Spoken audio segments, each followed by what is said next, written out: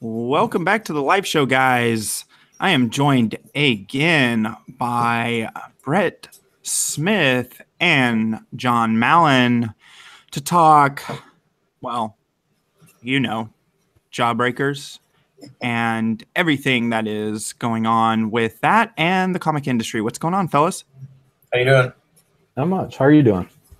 I'm good.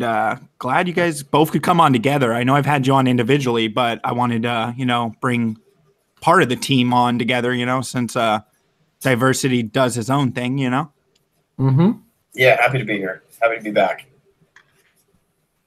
So, one of the things that everyone's probably wondering, and I kind of asked, are you still shooting for August? Are we looking at a completion time frame around then for the book? Yep. To the best of my knowledge, we're 100% on track. And the only question I don't have an answer to is whether or not the printer's been lined up and ready to go. So depending on turnaround time, I don't see why it wouldn't make it in August at this point. Yep, that's as much info as I have. That part of these crowdfunding projects, it's kind of like a three acts. You have the crowdfund, you have the production, you have the fulfillment, and the fulfillment's a big deal, especially on the first time out. And there's going to be a lot of people, especially the people that don't like diversity in comics, don't like Comicscape community, don't like what we're doing, who are going to be just looking for any excuse whatsoever to wag their finger in everybody's face and say, you see, they weren't able to get it out on time. So, it's a big deal. And especially a lot of these crowdfunding projects just kind of like go belly up when it comes to fulfillment. So fulfillment's a big deal. And I know, Richard's been pretty laser focused on printer, finding fulfillment service. And, so he's going to hire the best people and experienced people in order to get the book out. And that's really important, especially on the first one out. Yeah, and it'll show it'll slap the industry in the face saying, hey, look at this. You want to talk all the shit you want, we can do this, and anyone can do this. Yeah, and really, I sent Richard a list of printers this last week, in America, Canada, China. I'm not exactly sure which one, but I know if you go with America or Canada, it's usually a pretty fast turnaround. You can do some pretty amazing things these days with printers and fulfillment services because so many projects are getting crowdfunded, and it's just basically direct sales. Yeah, and you have all the information, so it's not like you're waiting for the book to sell itself and you're mass printing it for a shelf. Yeah, exactly. I think kind of the next thing that I'm interested in is as far as afterwards, after we fill the Indiegogo. So that'll be the fun part, for everyone else who didn't get in on the Indiegogo to be able to purchase it. Yeah, and I think it'll be interesting to see how well it does out of actual stores. It's going to be curious to see with the Streisand effect behind it, Mm-hmm. Yeah, absolutely. So other than, working on the book, because, you two have a lot on your plate, I would assume, and everything that you're working on towards. Are you guys planning potential next? Are you guys working on independent stuff after you guys get done with the fulfillment and production? I don't know what all I can really say, but we want to kind of back up a little bit. Yeah, we definitely want to get all of our fulfillments done, and we want to leave ourselves in a good position to where, should we do this again, that everybody is coming along for the next ride. And if we do this again, then that would be what I'm doing. And if I'm not doing this, then I would be working on my graveyard shift project.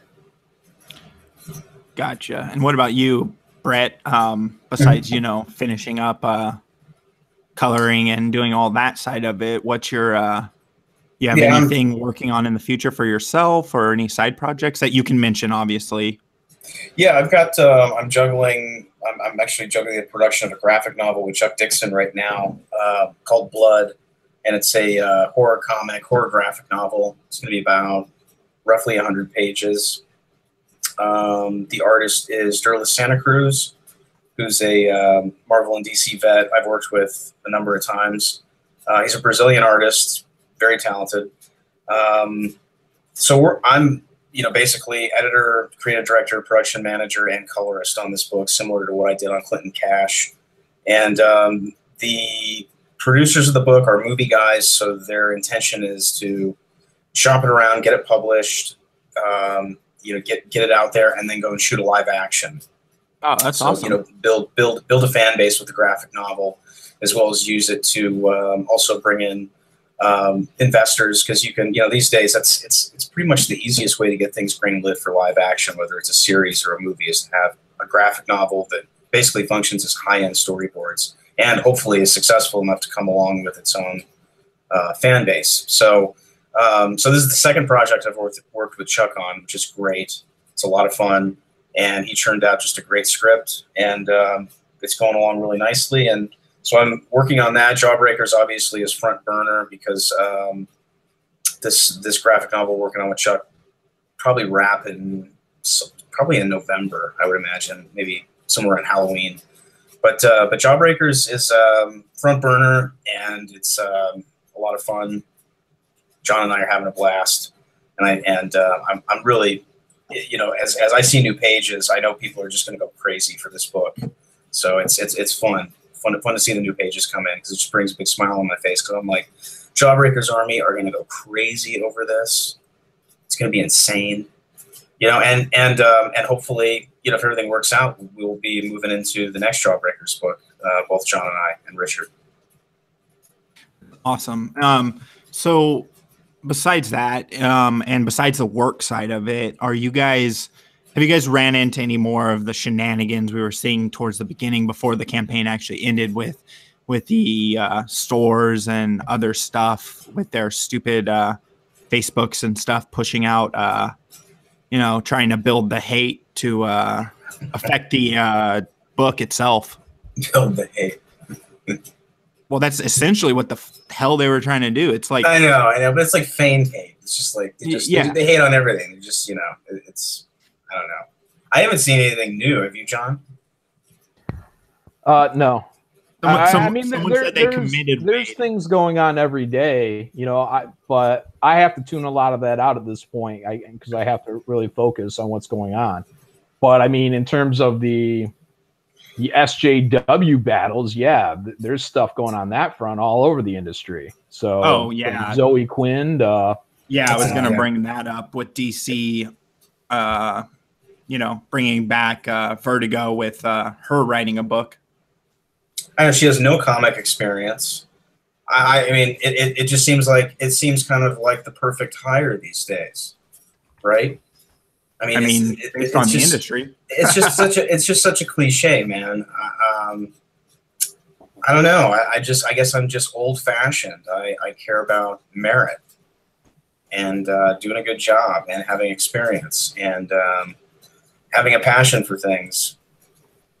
Exclusively comics. And when you hire somebody like that, who's barely, she basically designed some game that's like basically a notch above a PowerPoint presentation. So, and she has no comic writing experience whatsoever. It makes absolutely no sense to me, but in the sense of the hiring practices of the big two, in certain cases, in not all cases, but in certain cases, it seems completely normal. Yeah. And, who really gets the short end of the industry, just really left and right, is all the aspiring writers. Mm-hmm. So if you wanted to write a comic and if you wanted to be in the big two or whatever, instead of hiring the qualified, let's say, male, they put in this unqualified female. So that's the social justice system in action right there. And instead of taking someone who's qualified, you put someone who's unqualified and you put them right in there. Or it could be a qualified female. But you do it because she's got the right politics. You do it because she's hopefully going to be a little lightning rod for you. But it's it's really all the wrong reasons. You can go find a girl, you can go find a guy, qualified, someone that grew up reading comic books, hopefully DC or Marvel comic books, or you know, something in these realms, or Vertigo comic books, whatever. But no, you just take the biggest lightning rod you can get for, you know, SJWism. Mm-hmm. It's a diversity hire. It's no different than meeting a quota, checking off, you know, female hired. You know, now we're diverse. It's similar to what's going on with the air traffic controllers, where they're not hiring on merit. They're not hiring on by way of people who actually go to school to become an air traffic controller, to understand the science behind it and aviation. They're hiring people in order to meet diversity quotas. So they have a certain amount of ethnicity and a certain amount of, I would imagine, gender, as far as who they're hiring. And so you have visually what looks like something that is a cornucopia of everybody: men, women, black, white, Asian, whatever. But nowhere among here has anything to do with qualification. Okay, so that's my issue. I don't understand any of this, because when I go out to hire somebody, I'm looking at, are you qualified? Do you show up on time? Can you communicate? Do you like what you do? So, and what is the point of people going out and going to the Kubert School or honing their writing skills? I mean, there's people out there that there are potentially the next Chuck Dixon or the next Mike Barron or the next Chris Claremont, and are they never going to get a shot at the Big Two because the Big Two are too busy doing diversity hires? More than likely. Yeah, and they're running into that wall with the idea of, even pushing someone like Zoe Quinn. It's like, is your plan so edgy? Oh wow, Zoe Quinn. That, and is your plan to kill the industry? Because I mean, in all reality, she is the whole reason behind that whole Gamergate situation, and her Five Guys exploration nights were, what caused all of them guys and people who were, anti-game publicists and like publications at the time, and she was the triggering effect. And you want to bring that onto your team. Exactly. I mean, we're talking about HR problems. This is an HR nightmare on top of a sales nightmare. So she's a powder keg. She's a grenade that will go off at some point in time, and then they'll have all these people are exploding cigars. Yeah, every single one of them. They just you just have to wait for the moment. Well, in DC, just fired 2 people.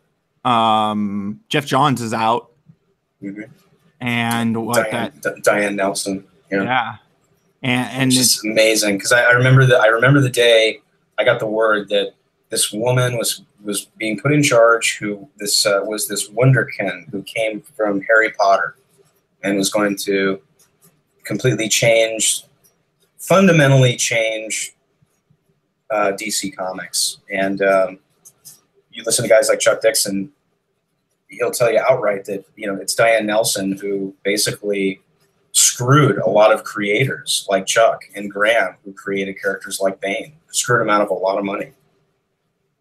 And I'm lost in that part of it. What happened in those situations?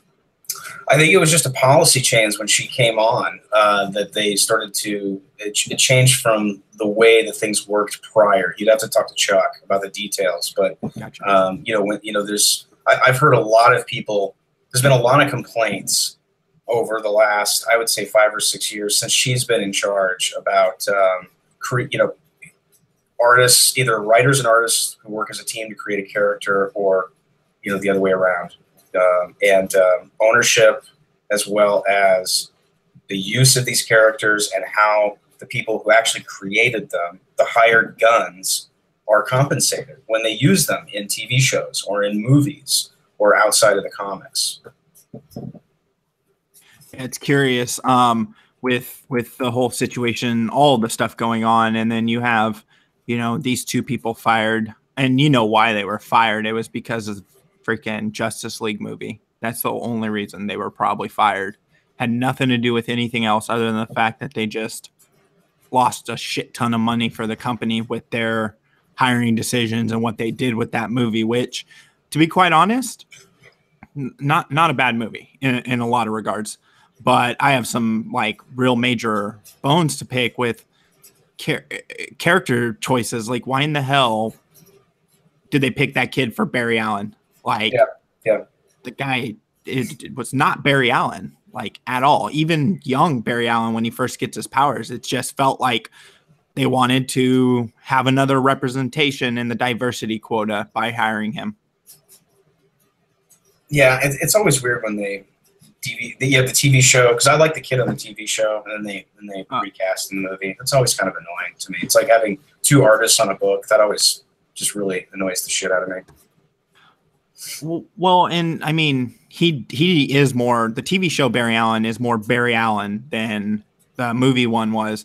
But even if they weren't going to go with the TV show one, like, at least find someone who and write the character not as a little pussy. Yeah. Who's tripping over his feet like massively, and just the dialogue, especially with that character, was just hugely annoying. Probably came in second. Lex was the most annoying in Batman vs Superman, but like probably the dialogue written for the Flash character in Justice League was it's just all, what does Richard call it? LOL speak, like Twitter talk. It's all this snarky, snappy, supposedly witty banter, and I attribute a lot of that to kind of the Joss Whedon kind of writing style, where every single moment has to be crammed with some kind of witty barb. It's really annoying, and it kills the suspension of disbelief in a lot of ways, which is probably the opposite of what you want to do if you're trying to create a comic or a TV show or a movie. That's largely what those are based on, is suspension of disbelief. Yeah, you have to be invested in the environment, the world, and the characters, and to push that kind of situation where you have a character who definitely doesn't feel at all like the way the character was written in the books, or even on the TV show, or in past television shows and stuff. Yeah. I just recently saw Black Panther.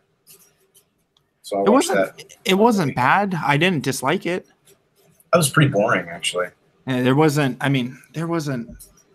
much in the way of like Wakanda is like kind of like Asgard. It's funny like that. It's like everything's just kind of like magic. It's science. It's magic. It just happens. This metal is just like manifests things. It's amazing. John, did you like that movie? It was all right, I guess. I just thought it was boring. I mean, the fight scenes were lackluster. I fell asleep the first time, but I did start it late. So. Yeah. No, I went and watched it just I don't know, maybe a month back, and yeah, I just thought it was okay. Yeah. So wasn't blown away. No, but I'm pretty much on the record. The only real two Marvel movies that I like is Thor Ragnarok and Infinity War. Okay. Yeah, Thor Ragnarok was pretty good. I was just kind of like, this movie's sort of schizophrenic. Does it want to be like an action comedy, or does it? And then it tries to be sincere and serious in other instances. But Kate Blanchett basically stole that movie, in my opinion. Yeah, I'm a Kate Blanchett. She's so fan. Hot. She was so hot awesome in Lord of the Rings, and if you ever seen that Elizabeth movie, she was good in that too. Yeah, the first one. I don't think I've seen the second. So, well, and have you guys seen the new Deadpool? No, I haven't. Oh, come on, Brett. What'd you think, John? I thought it was all right.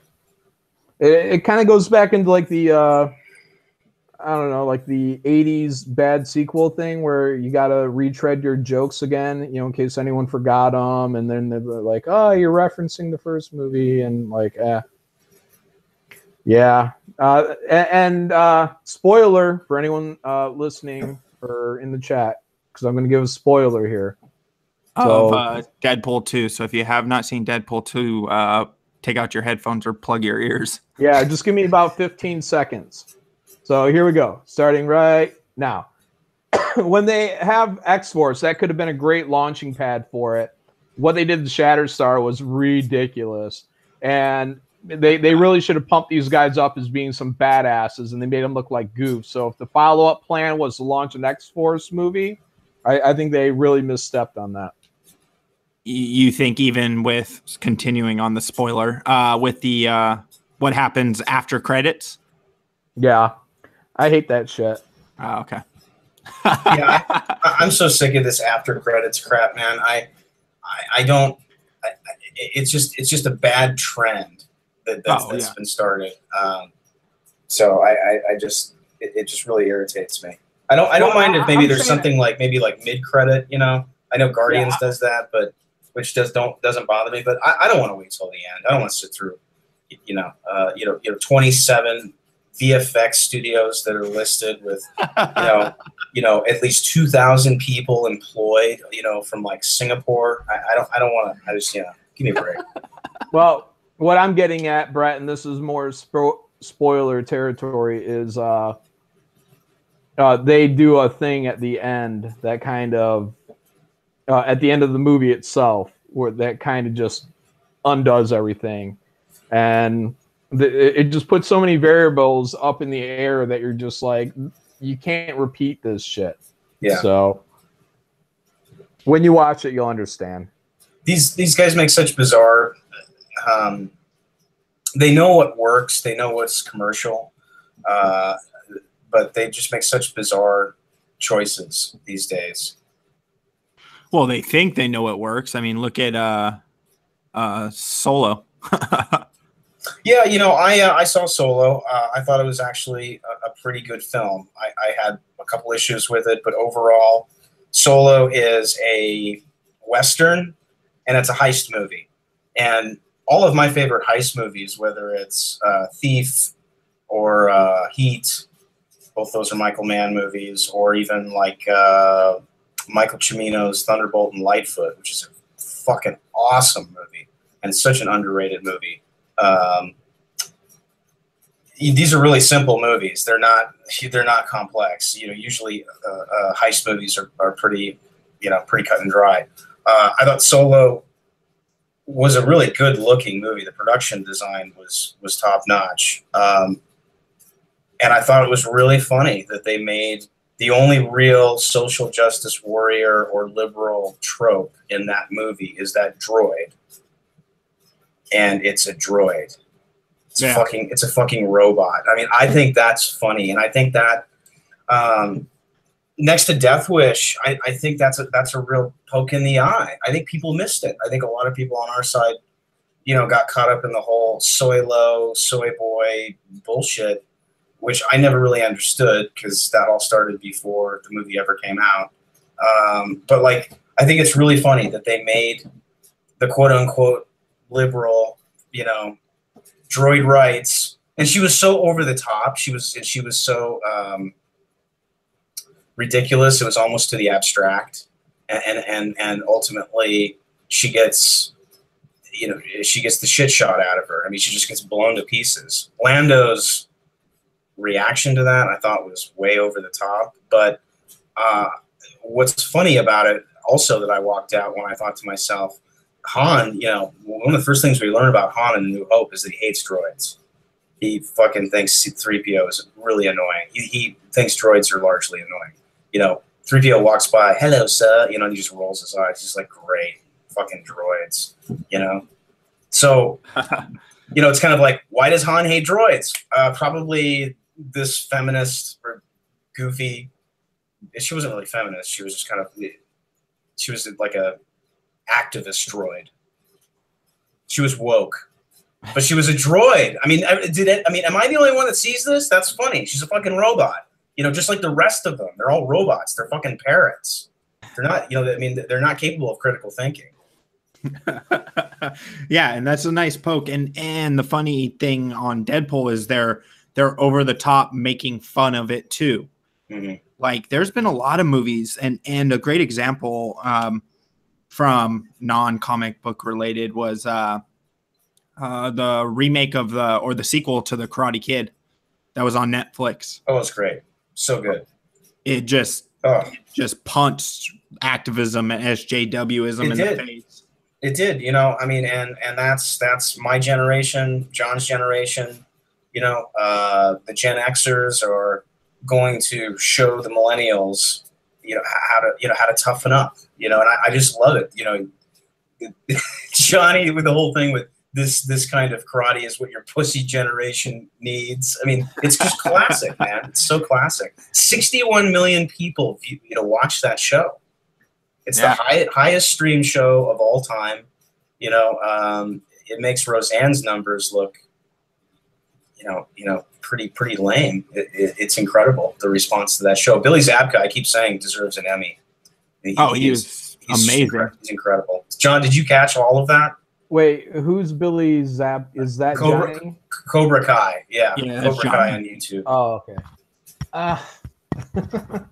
So yeah, I like what you said and all that, but as a critical, like as a show, like a piece of work, I think that it's a lot of flat delivery of lines. It's a lot of slow martial arts. It's a lot of, I think I said this on another live stream, but it's like, we like Johnny driving around in a car, drinking and driving to 80s music montage.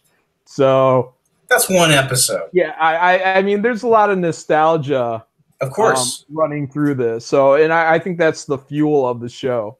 Oh, of course. So, I mean, they're roping in Gen Xers as well as certain amount of millennials, as well as probably trying to go for a little bit younger, which is why it's a younger cast, obviously, with the dojo and the students. Yeah, because I don't know where else they would go with that other than making them both instructors, and having their. Well, and that's lame. Yeah, and that's lame. The brilliance, what I like about the writing is that neither character is an antagonist or a protagonist. They're kind of both.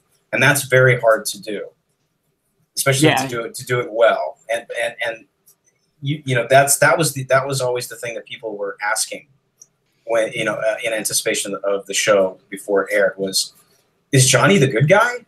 Does that mean that Daniel's the bad guy? Well, I don't know, but now that I've seen the show, neither one are good or bad. And sometimes, most of the time when that's done, it's done really awful. It's just awful.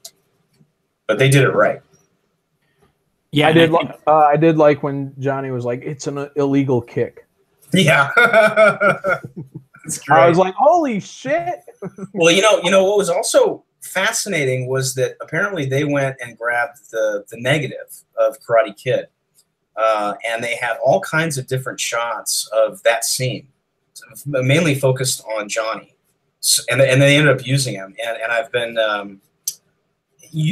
sometimes when they do these remakes, it's kind of like they either get licensed to use the stuff or they don't.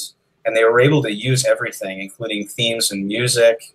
So all of this stuff comes back, and it was really great. It was interesting to see all these different shots that weren't used in the original cut that were focused on Johnny in that last scene, which is such an iconic scene. Well, yeah, the kick to the face. Well, yeah. You didn't see it from that angle. You saw it from behind Daniel. Exactly. Yeah, so it's actually see where he hit him, in all rights. Yeah, man. I mean, that's it's John Avildsen. So I mean, this is the guy that directed Rocky. It's powerful filmmaking. Guys, very, very, obviously very talented and was able to crank out 2 incredibly successful films. Most of the credit of Rocky goes to Sly, I gotta say. But yeah. John saw something in the script and said, "I want to direct this." So, yeah, and I think they did a good job. I'll be curious to see where they go because they've already gotten renewed for 2019. So. Yeah, and they've got obviously Kreese back. And I'm hoping that Elizabeth Shue shows up. That would be fun. Yeah, it'd be interesting if She was great in Death Wish. If they spin her to be Johnny's girlfriend or something again. You know? She's married, right? Oh, Because yeah, they talk yeah, about there's that great episode where, which I think might be my favorite, where Daniel and Johnny go to the bar and they just end up shooting the shit. And they start talking about Allie. Yeah, you know, I saw her on Facebook, and he's like, "What's a Facebook?" You know, Johnny's like so disconnected from the whole digital world. Yeah, which is, you know, a good thing in this day and age with you know, the craziness of the world. Yeah, I mean, he's even got a flip phone. He doesn't even have a smartphone, which is funny. But I like the influence largely that he has on the kids. I think it's genuinely positive, and I like the fact that he has kind of an issue at the in that last episode with how they won. There's definitely something that bothers him, and that's what makes the show interesting. It's not quite as cut and dry. No, and you see a character shift from him versus when he was younger, and he wanted to do it the right way instead of, you know, going the route that his coach had him do. So I think it was a nice shift for the character. But yeah, I really dug it. I think it'll be curious to see if YouTube itself gets, you know, some bigger titles like this, or, you know, tries to work in creators into these situations. Yeah, they caught lightning in a bottle on this show, so I don't expect them to. I don't know if they'll be able to replicate their success here, but yeah, it'll be interesting to see what else they produce, because they haven't done anything else with YouTube Red. Right. Someone in the chat saw it'd be interesting. Is Hillary Swank going to show up with her own dojo? Yeah, right. Oh, or that psycho in the third one, that Terry Silver guy, the guy with the ponytail who teaches Daniel to like kind of go to the dark side. You know, that's a funny, like, John, have you seen that one, the third one, where Daniel like turns into evil Daniel and like beats up, breaks some guy's house? 1 and maybe a half of 1. I think there were only 2 for the preview. Yeah. Ralph Macchio said, like, in an interview recently that you know, he was contractually obligated to do all 3, but he said the third one reminded him of the Karate Kid cartoon. He's like on that one, he's like, I felt like we were doing the Karate Kid cartoon on that one. So, and it's like you've even got like the villain, the Terry Silver, who does like the maniacal laugh. You know, he's like, like it's really corny, but it's also kind of cool because he trains Daniel to basically be a Cobra Kai, and Daniel beats the shit out of this guy at a bar, like breaks his nose and bloodies him up. It's a pretty cool scene. And then the girl Daniel's with is like, what's wrong with you? You know, the guy clearly deserved it. So. Yeah, but Daniel was always kind of on the fence of being a little asshole throughout the whole series. Well, he's the good guy. So. Yeah. Is he really? Yeah. I saw that Johnny was the hero movie or clip. So did I. That's why I'm like, Daniel can be an asshole. Did you guys ever see the Ralph Macchio? He produced this short for Funny or Die called Wax On, Fuck Off. Did you guys ever see that? It's really funny. No. It's only like, I think it's only maybe like 5 or 10 minutes or something like that. But it's basically about him not being able to get any work because everybody thinks he's such a nice guy. And they're like, you know, Hollywood actors. His agent is like, Hollywood actors these days. You gotta have like a drug problem. You gotta have prostitutes. He's like, but them, nothing. Nobody wants to touch him. He's uninteresting, you know. And so he tries to like become edgy. So he does like all this coke and gets drunk and goes out to a bar and like again somebody says to him, hey, what's up, Chachi? And he's like, I'm not Chachi, motherfucker. And like he like does the crane and like kicks this guy in the face and everybody's like, what the fuck? What's wrong with you? You know, like he runs out of the bar and he has like this total collapse and it's really funny. And Ralph, I think Ralph scripted the whole thing and shot it for Funny or Die. So it shows that like he definitely has a sense of humor about a lot of this stuff. Yeah, and he always seemed to, especially after, being well known as the Karate Kid, Yeah, to me, he was always Johnny. So, I mean, that was the first time I ever saw him was The Outsiders. So Karate Kid was later, but I saw Karate Kid, and I saw Outsiders I think like on cable or something. And then I saw Karate Kid in the theater in I think that's the summer of '84, something like that. Yeah, I wasn't born at that point. I was born in the fall of '84, so I'm not that young, but still. Yeah, that was a big movie that year. Oh yeah, I had heard and read that it did extremely well. And is there any? Well, and it also there were karate dojos that opened up all over the place. You see, strip malls all over America had a surge of karate dojos, whether it was like Kempo or Kung Fu.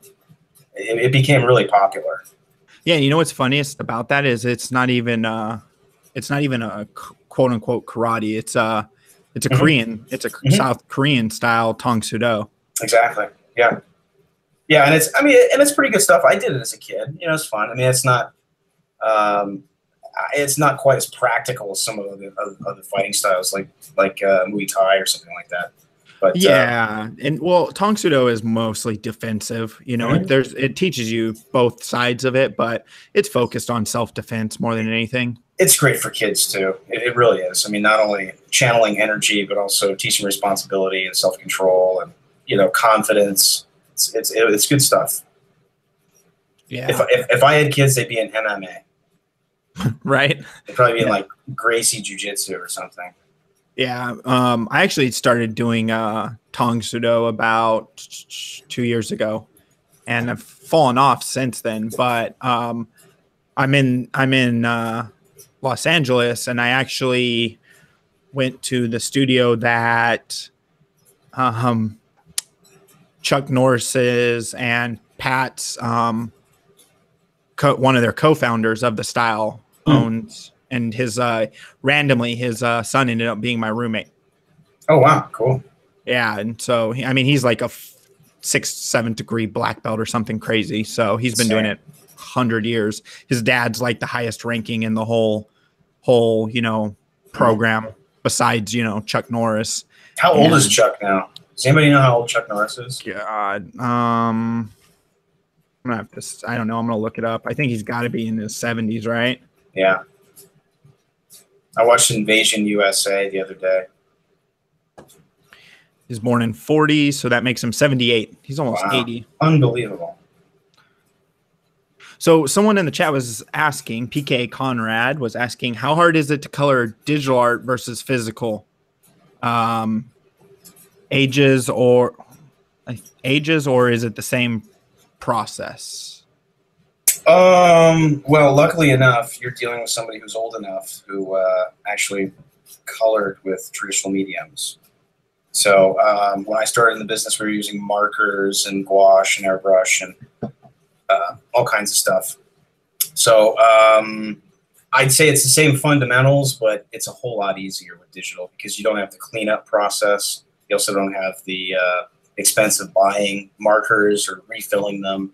So back then, I would use either Design 2 markers or I would use Pantone, the tri-tip, which are really expensive, but also they're all alcohol markers basically, so you can blend them.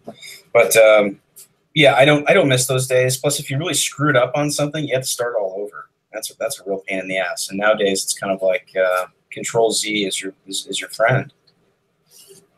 Yeah, just go back one step, right? Yeah, you got my history. I only have my history set up for maybe like 15 steps back because it just eats up a whole lot of RAM. But it's working in layers and working digital. It's a lot nicer. John, are you all digital or are you traditional? All digital. Nice. What do you use? Manga Studio 5 or Clip Paint Studio, I think is nice. what it's called now. Tim really likes Tim Lim really likes Manga Studio as well. Mm-hmm.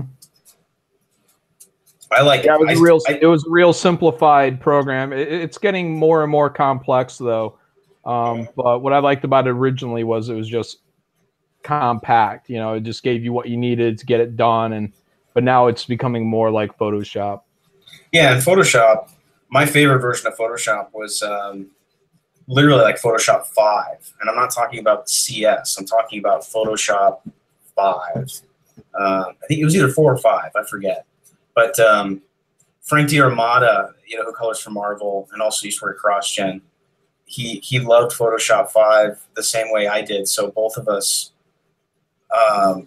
wouldn't update our software in order to continue using it. And I had it on this machine. I had it on this old Power Mac Tower, and the hard drive started to crash. So I just cleared everything off, and I just had Photoshop on it, and I used it for years because I just, you know, it didn't have all the vector crap in it, didn't have the animation, doesn't have the 3D. It's just a paint and digital manipulation photo, you know, program.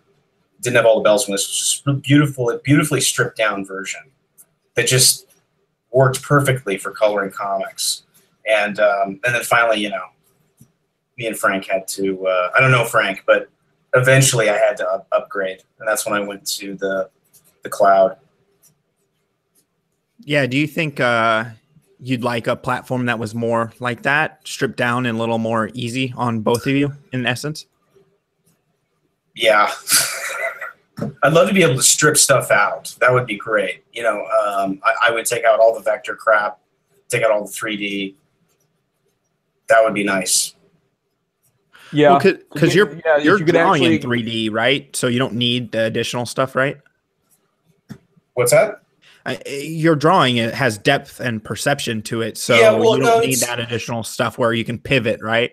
Yeah, the 3D stuff I think is I've only used it once or twice, and I did it with text where I literally used some text and then I made them 3D and then I just moved the camera around a little bit. But I've never messed around with that stuff because if I'm going to do 3D, I'm not going to use Photoshop to do 3D modeling. I'm going to use a 3D modeling program. So. What were you saying, John? I'm so sorry for interrupting. I apologize. I don't remember. Oh, about a stripped down program.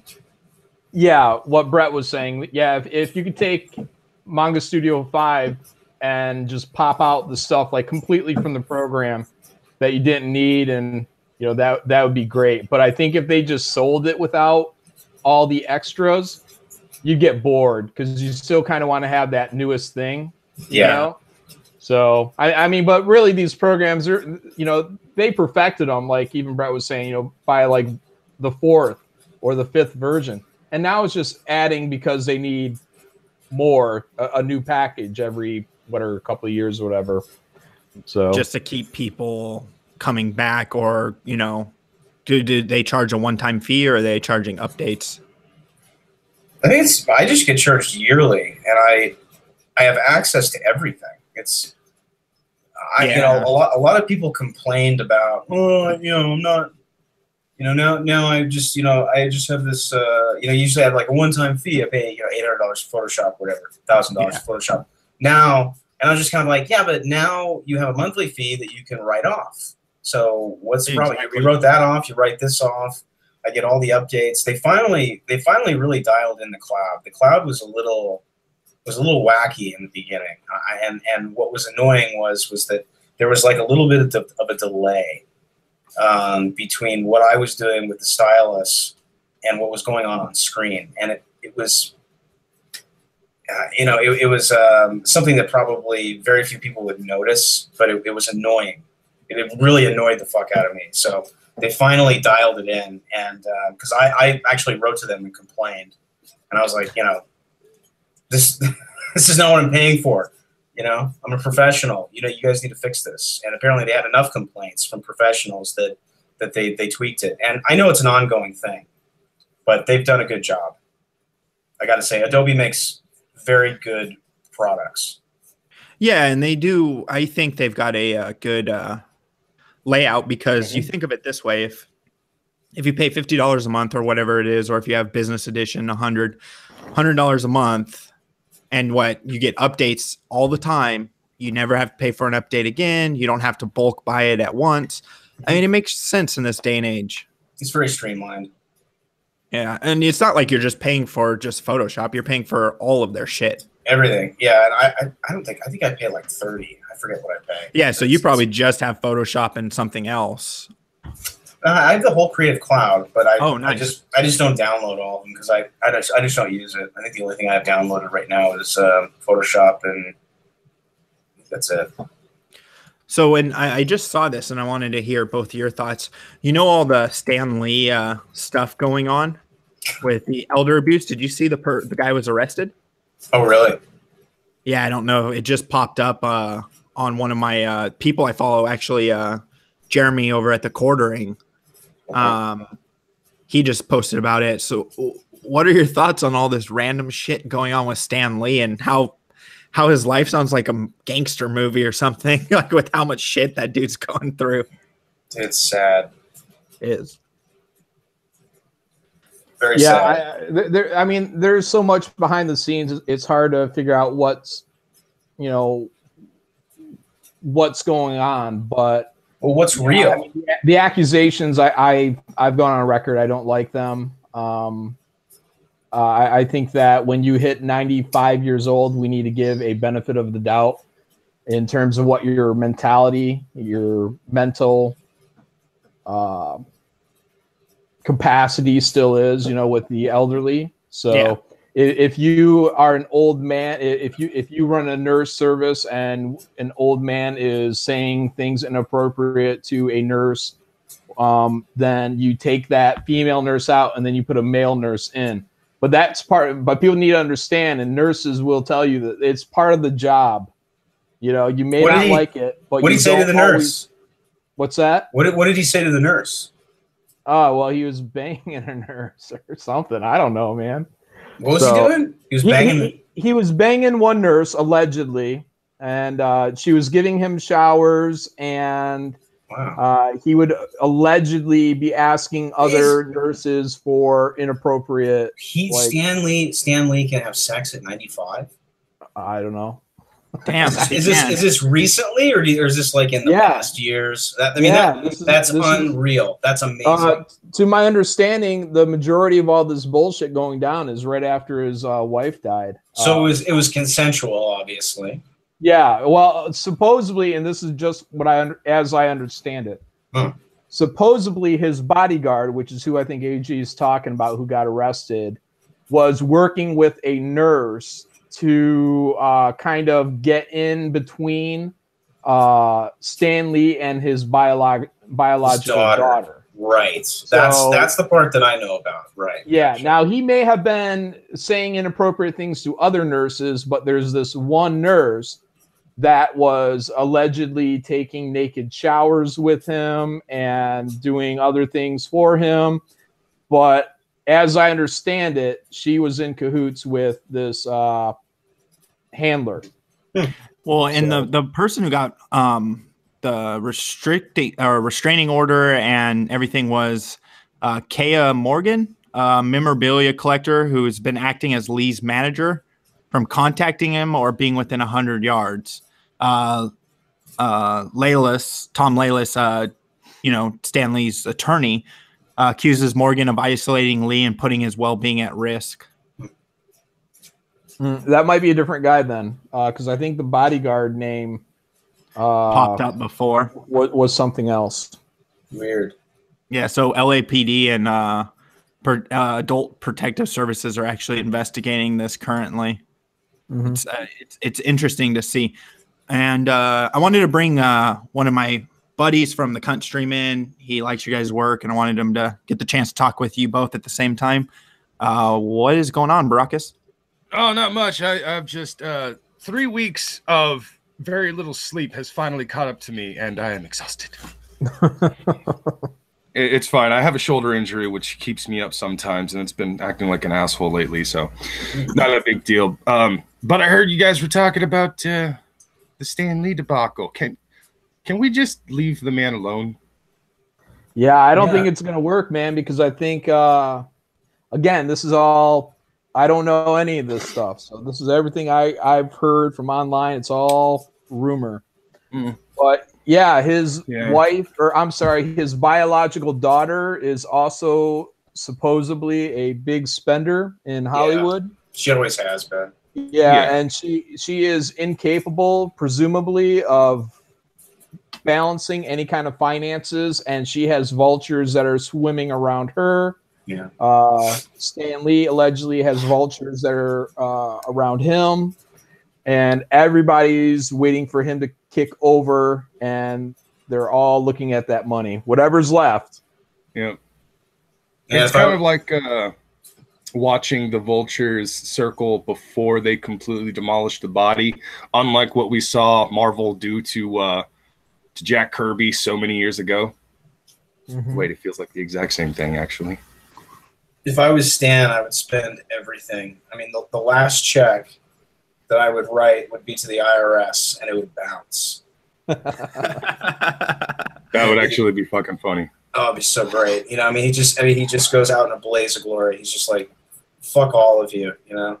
Oh, yeah. So many hookers, cocaine, and crazy-ass fucking booze parties. Oh, yeah, that's how I'd pretty much go. I mean, Stan's legacy is and has been sealed for a long time. And it's just kind of like, how many more years will he live? How many more movies will he have a cameo in?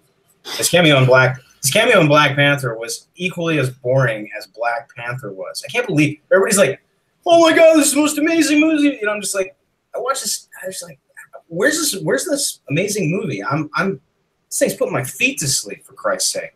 You know, not to mention my ass. I just didn't get it. But I think my favorite Stan cameo is.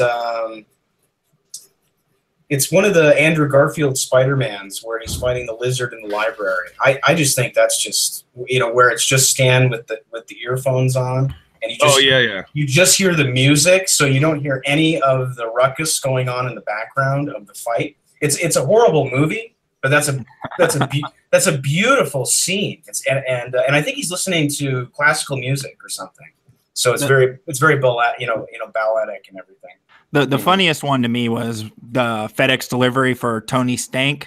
That was just yeah. The comedic timing on that was perfect. He's good, yeah. I'll be right back. I'm gonna use the restroom.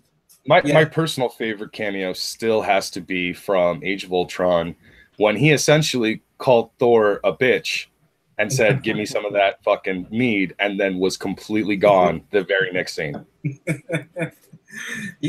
Stan is such a ham. And he always has been. You know, for me, it was Spider-Man and His Amazing Friends. Hey, true believers! You know, and Excelsior! You know, and all this stuff. Oh, yeah. He's such a showman. You know, and he always kind of reminded me of Shatner in the sense that he has a very healthy, good sense of humor about himself. And also, both of those guys have reinvented themselves. Gosh, I mean, countless times. There's not many people that can stay relevant over, especially in that business and like show business to a degree, because Stan's really kind of in the showbiz realm at this point, and he has been for a while, you know. Yeah, I just want to remind the audience, in case nobody else actually did it, Brett is not a fucking tracer. Okay, just let's clear that up. I've wanted to use that joke with you on the same stream. Yeah, well, John traces his own lines, so you can talk to him about inking actually if you want to. I actually was going to eventually ask John at one point, but I can't remember why I didn't the last time I was on a stream with him. But I was going to say, like, John, have you ever actually just drawn and redrawn the exact same fucking picture multiple times instead of just copy and paste? Have you ever actually been done? Like, I've done that. I'm an amateur artist myself, and I was trying to make my own like comic page, but it was supposed to be a guy in like 5 different panels with the exact same expression, and I just drew it over and over again, and it never looked the same, and I didn't realize, just copy and paste, you fucking retard. Oh yeah, no. If you're in like a stat, you know, there's nothing wrong with doing stats at all. So if you have to repeat a panel, yeah, you just copy and paste it. Everyone does it. Oh, I appreciate it, you know, because I do the same thing with the work that I do. You know, with the line art floats on top of the work that I do, and I basically, when I encounter a panel like that, I copy and paste. So I appreciate it. Cool. You know, it's like you know, that kind of thinking comes from being a professional. You're thinking, you're also thinking about the other guys down the road in the creative team, you know, and I'm amazed at how many people don't do copy and paste.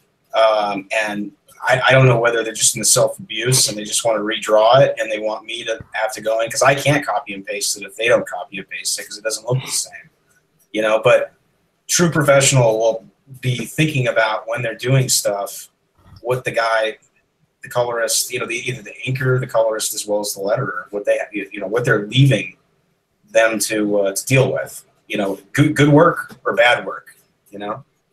Yeah. Yeah, it could be a negative only in like if you have original art, and since I work digitally, I don't have that, so I don't ever think twice about it. But in terms of having the actual physical page, you know, what you're going to end up looking at is maybe, say you have a page with 4 panels, and this one's going to have the main figure in whatever series of poses, and the rest would all be maybe the background or something like that. But the original art board is going to be just fragmented, so it's not a good piece. But yeah, in a perfect world, you know, maybe actually more in line with where comics are going now, where people are starting to really consider letting them be your really great body of work. You know, you could justify, if you're doing everything on traditional board, you could justify hand inking those same 4 or 5 panels traditionally. Yeah, just lightbox that shit. Oh man. Oh, go ahead, Brockus. I apologize.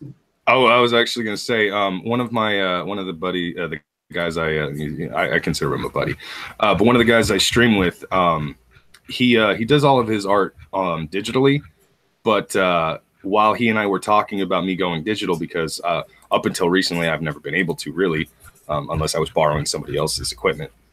But I've always been like, you know, pencil and paper kind of thing. And when he was telling me about going digital, he suggested to never lose the pencil and paper, to always keep it on the side for some reason or another and stuff like that. And I just laugh every time he reminds me of that, because it's kind of like he has Alzheimer's with his own fucking artistic advice. Because he will sit there and forget about his own pencil and paper and be like, God damn it, I forgot about that. And I can't stop laughing, because it's like, fuck. And then I look at you two on Twitter and I kind of sometimes wonder, do they ever fucking forget to just kind of go back to the basics every once in a while? Do the pros do that too? Or is it just the amateurs being a fucking bunch of idiots? Yeah, everyone has to go back to the basics every once in a while. Yeah. I mean, sometimes you just gotta step away and rethink everything, and you know, hopefully when you come back at it, you come back at it stronger. Yeah. Well, and that buddy was the one who drew my avatar, Samaj, right? Yeah. I actually have a couple of avatars by him too. I just Zell convinced me to do this anime cartel joke. Yeah, and the industry as a whole, I think digital is the only, like, where it's going to shift. Why? Because you can make mistakes, right? You can make mistakes and you don't have to start fresh. So it's not going to throw back timelines or anything like that. I mean, you could revert. With your guys' stuff and you guys working so closely together, do you guys share like thoughts on what your coloring schemes, like what you picture it as, John, when you're, you know, passing it to Brett, or you just know he knows and understands you and respects your work and will do the damnedest best job he can? I tell John to piss off whenever he gives me notes. That's what I was hoping the answer would be. I try to keep any kind of notes to a minimum. But I think actually on the first page, which is, I think the avatar that people are seeing, like when I drew that, I had thought at the time, and I don't think I put the note in there about letting this whole thing be an inferno behind them. And when Brett turned in that page, which is almost exactly how it looks now, you know, that was my first experience with Brett, and it left me with some confidence, because when it comes back and it's that in your face and perfect, and you can tell he's thinking it out too, then you know, you don't really have to do a whole lot of notes. You know, there's, you know, for all of us, you know, there's little things here and there. You know, I had a note from Richard not too long ago of something he would have liked to dress, so I went in there and did it. And I can't tell you because it would actually be a bit of a spoiler. But actually, Brett doesn't even know this. I'll tell you guys off air. But anyways, yeah, you know, if there's some small little thing that's a bit of a technical, then you guys, you know, everyone has a little discussion about it. But there's not a whole lot of that going on. So Brett has years of experience. I have experience, and you know, it's looking out really, for you. yeah, it's really easy, and that's what's made it such a fun experience, because you don't have to worry about the other guy. The other guy doesn't worry about you. You just focus on what you're doing. And most of the notes I've got from Jon is largely things I've missed, or actually just helpful suggestions, which makes sense. But you know, yeah, I remember that first page. It's just about reading the page, and the inferno in the background. I didn't know whether it was either you know, a large explosion, you know, an inferno, you know, spotlights from maybe, you know, below, you know, because you've also got choppers in the air with spotlights. So, but the way I read the art was there's a lot of light coming from behind them. You know, obviously, you know, it's a big rush of light, and then on top of that, it's a great effect. It's a great effect for an opening page. It's also a great effect for a splash page. So, you know, after 26 years reading other artists and understanding how to read the art, you know, you put two and two together. So it's kind of like, okay, this is I'm just going to wing it. Doesn't really matter necessarily if it's spotlights, fire, or an inferno, or an explosion, or whatever. So I just flooded it basically with a big light, and then you can actually kind of see where the bottom half of the Eiffel Tower starts to come into detail, and that's sort of where, you know, the light starts to fall off, obviously. But yeah, if I could, yeah. Mm-hmm. Oh, go ahead, Brockus. I was going to say, poses an interesting. It's not a problem, but it was kind of like, you know, how do you blend that, you know, cool blue electricity with the warmth of the explosion? There's a kind of a happy medium there to where it doesn't get muddy. And that's probably one of my biggest complaints of modern coloring in comics is everything looks very muddy. Nobody has any color theory other than, you know, the top of the pops. People like Laura Martin, Frank D'Armata, Justin Ponce are, you know, killers. They all know what they're doing, but everything looks like basically a Vertigo book these days with lots of muddy shit. And you know, there's a happy medium there with meeting those two warm and cools, with the kaiju who's getting electrocuted and impaled, and then with that big explosion down below and back of the Jawbreakers. So, yeah, and that's exactly what I was about to bring up is the warm and the cool, because I'm a big fan of that color palette. You can actually look it up on you know, just do like a Google image search to anyone who's listening. And you'll see that like motion pictures, like those are like two of the best colors for a dynamic image is a oranges and blues, because they're complementary. I believe opposites on the color wheel, something like that. Exactly. Yeah. You know, a real obvious one is the opening sequence of Gladiator before they engage with that Germanic horde. You've got all that cool blue, which is a filter over the lens. I'm not sure if they were doing digital post with the colorist at that point. This is like 95, I think that movie came out. But it's probably in camera at that stage. But you've got that juxtaposed against all those fires, those huge bonfires that are in the background that are warm. And that's just sort of color 101, is that if you're going to, you want to work warms and cools in order to have a texture and depth of feel, largely. That's what gives things,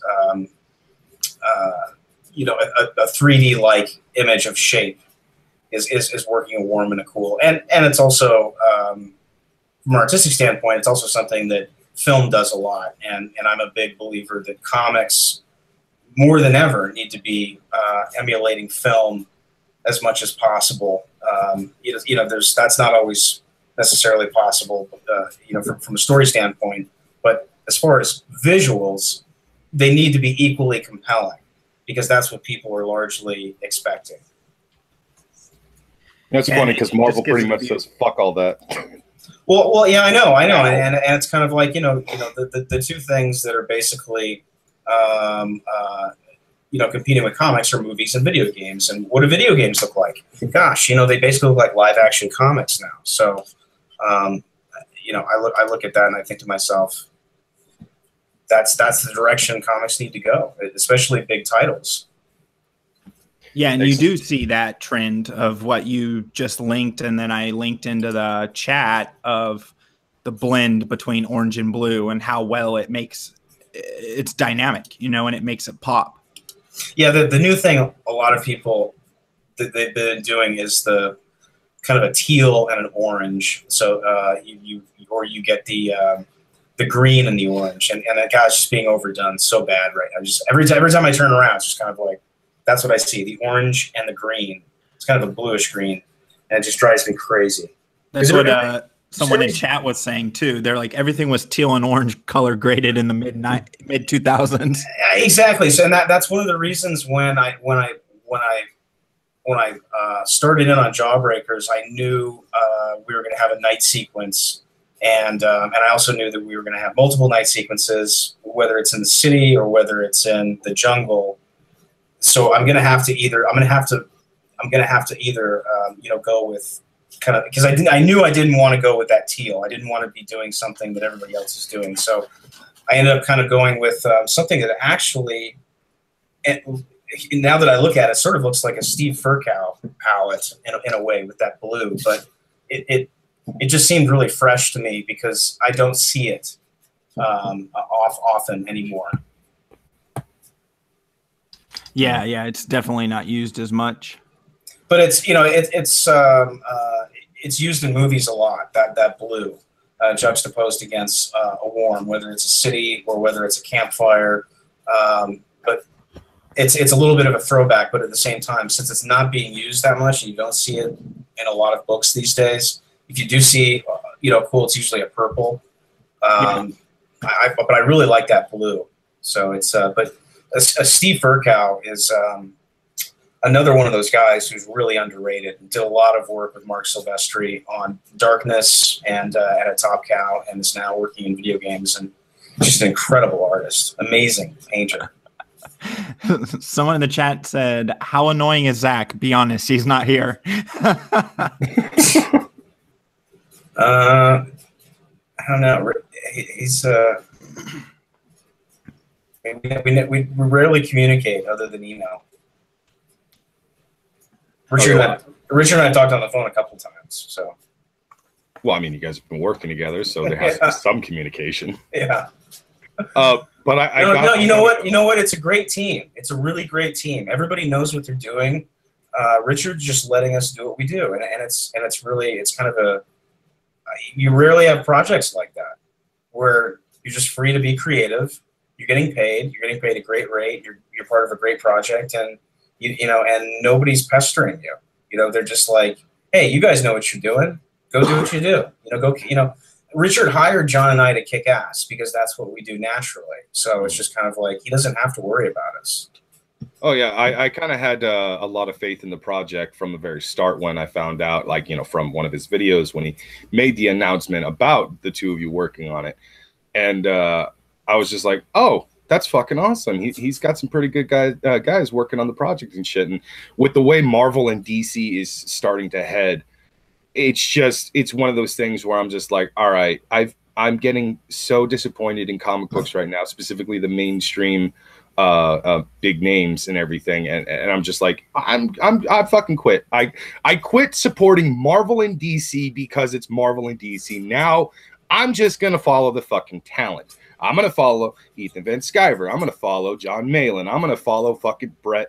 Brett Smith. I'm going to follow fucking Jim Lee. Whoever I'm a fan of, that I enjoy their work, that's who I'm going to support. That's who I'm going to fucking follow. It's not necessarily the whole move the needle thing. It's just me basically saying, fuck you, Marvel. Fuck you, DC. Fuck you, Image. I'm done with your goddamn fucking companies. I now follow the talent only because you just keep pissing me off. Your entire fucking industry is on fire. It's been on fire for a long time. You still haven't fixed the fucking problems you've had with Stan Lee, Jack Kirby, so many other talents of the past and shit. You're still being a bunch of fucking childish assholes. Fuck you guys. So, but I gotta know. I have to know one thing though. John, have you ever drawn something knowing fully well it is gonna fuck with your inker? Well, I haven't really used many inkers. No, if anything, I'd probably draw more things I know it's going to fuck with a flatter. So, yeah, because I do a lot of little scribbly things and little bits and little things flying in the air. Yeah, you do. Fair enough. So if you got to flat all that stuff, you know, then I gotta give a shout out to my flatter. You know? Yeah, I feel bad a little bit for that, but I mean that's just what I do. So I got to draw it. You got it. My guy's actually pretty fast. He's actually pretty fast. I got my boy Jerry in the Philippines who you know it's wonderful. You send this stuff to him during the day, and then I go to bed and I wake up in the morning and it's there waiting for me. So he's actually pretty fast. Well, Brett, I have to know then. Have you ever drawn or even inked anything on purpose to fuck with somebody you've been working with? No. I you know, I'm always being a colorist and being, you know, on the back end of the creative team. You know, you get dealt the hand you get dealt, and sometimes you just have crazy pages. Hopefully, it's good art, and you're having, and you know, so some of the craziest pages that I've ever done was Brandon Peterson on Avengers. And I was assisting Jason Keith at the time, and we were basically splitting the book. And Brandon did all of these.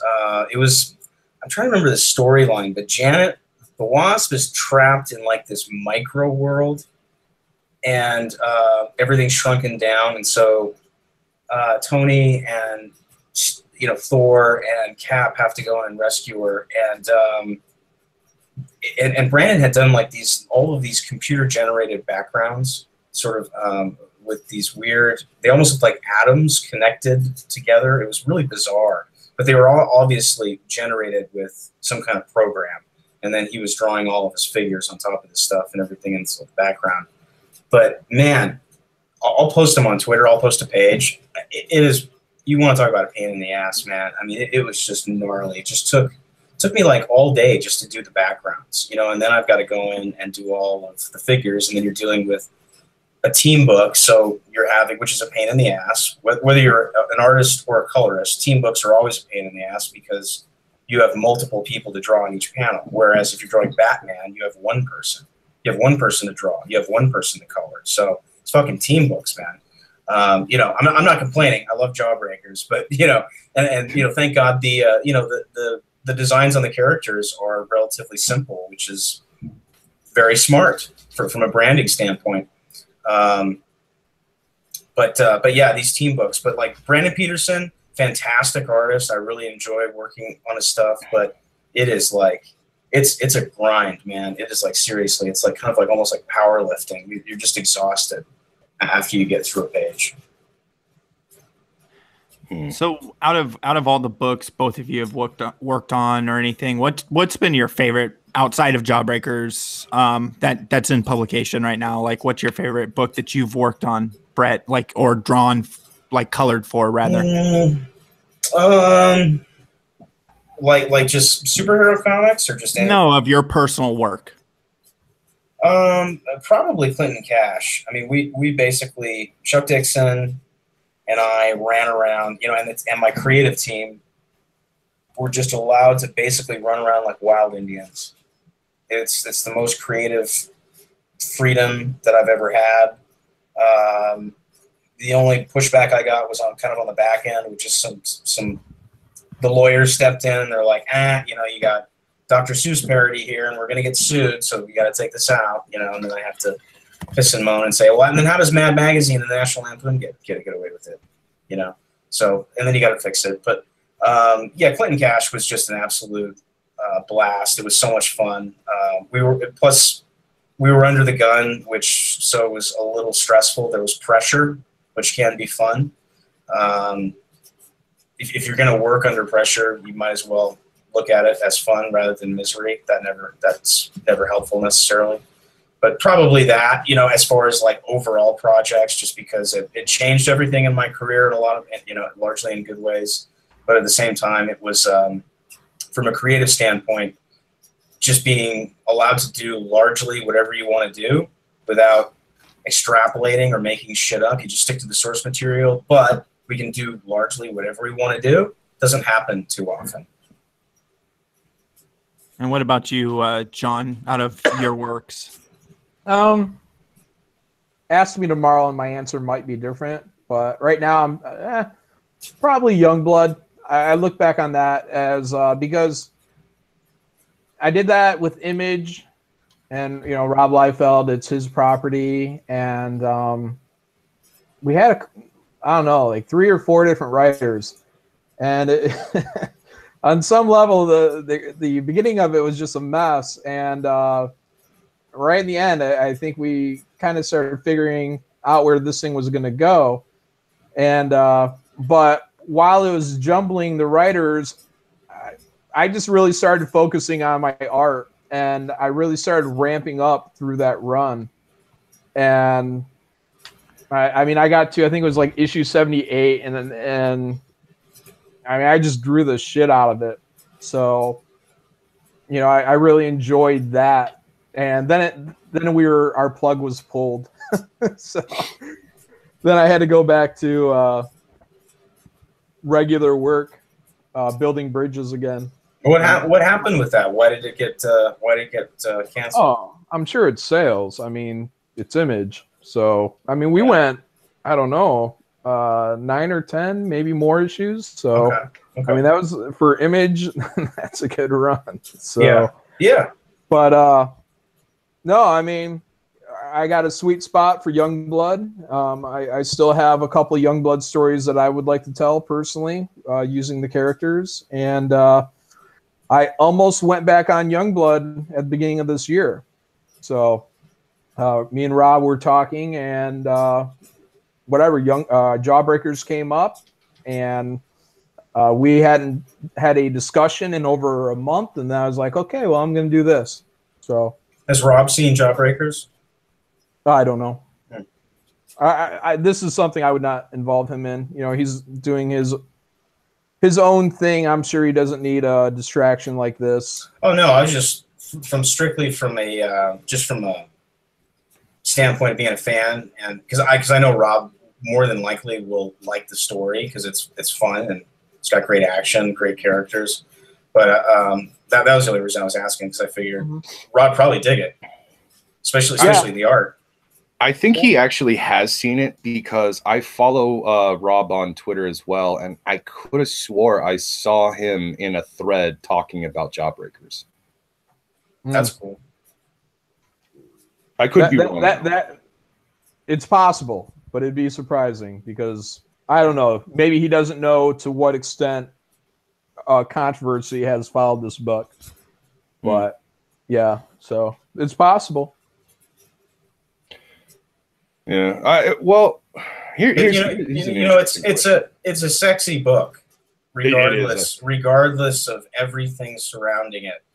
On the merits, if you knew nothing about the creators or nothing about the backstory, behind Jawbreakers, if you just threw down that the graphic novel and somebody took a look at it, they'd love it. We've all seen pictures of Miss Loincloth in the pages. We understand. You can't look at that art and not immediately have a boner. Even if you're gay, you just like look at it and go, hey, it's amazing. One of my favorite artists is Olivia, and she's she and Dave Stevens. She doesn't get credit for bringing Betty Page back as well, but she did a lot of Betty Page watercolors, probably in around the same time that Dave was working on Rocketeer and working, Betty into the panels. But John, you know what I'm talking about? Olivia, what's her name? DeBarnes. But she's, she's done Julie Strange. She does a lot of Playboy models. She's an just absolutely incredible watercolorist. Done a lot of work for Playboy over the years. It's like her and like Julie Bell as well, who are just incredible painters. But I love that cheesecake stuff, man. I mean, I just, we want to make cheesecake great again. Oh, is it Olivia de Berardinis? Yeah, that's her. Okay. Yeah, she's incredible. So I've got a couple different books with her collected works.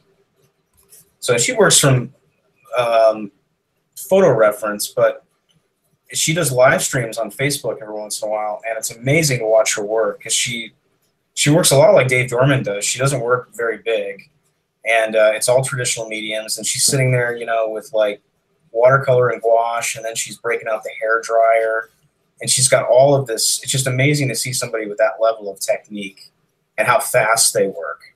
It's just incredible. Yeah, I looked her up. Yeah, it's really awesome work. Yeah, I just looked her up myself. Yeah, she does women so well. Oh yeah. There are some people out there that you can't explain why. But they will take the male form or the female form, depending on which one they've mastered, and they make it look so perfect. You can't quite just put your finger on exactly why. It's something in the face, something in the body, the way they move on the page. It's a phenomenon, but it's awesome. But somebody in the chat is saying that would Rob Liefeld even care about the controversy, though? He seems like the sort of guy who just would like the comic on its own merits, regardless of the author / artist, etc. And I have to agree with that, only because if anyone who doesn't follow Rob Liefeld on Twitter, he has his own controversy that still follows him to this day. And I'm sure every one of us knows exactly what that is. And that is, the way he drew feet back in the 90s, the way he drew that infamous Captain America cover back in the 90s. I mean, Rob has his own controversy that follows him. So he probably does not give a fuck about anybody else's controversy. I saw some video of Rob driving like down a road and inking at the same time. He has his phone mounted somewhere on his dash, which is obviously recording, and then he's got like this it was like a big board that he had stretched out like over the center console, and I guess which also kind of spilled into the passenger seat, and he was, and I don't know where he was, but it looked like he was somewhere rural, and he was driving to pick up his boys. I think that's what he said. And he was like sitting there driving and like inking at the same time, and he would kind of be, he must have been driving like down a really straight road, I hope. But it was one of the craziest things I've ever seen in this industry. I was like, what the fuck? He's done that with me in the vehicle. Yeah, there you go. Yeah. He's taking multitasking to a level it doesn't need to go.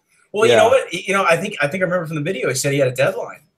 He's like, I got a deadline. And he's I love that stuff, man. I've those guys back then, those Image guys in the beginning were just they were just rock stars.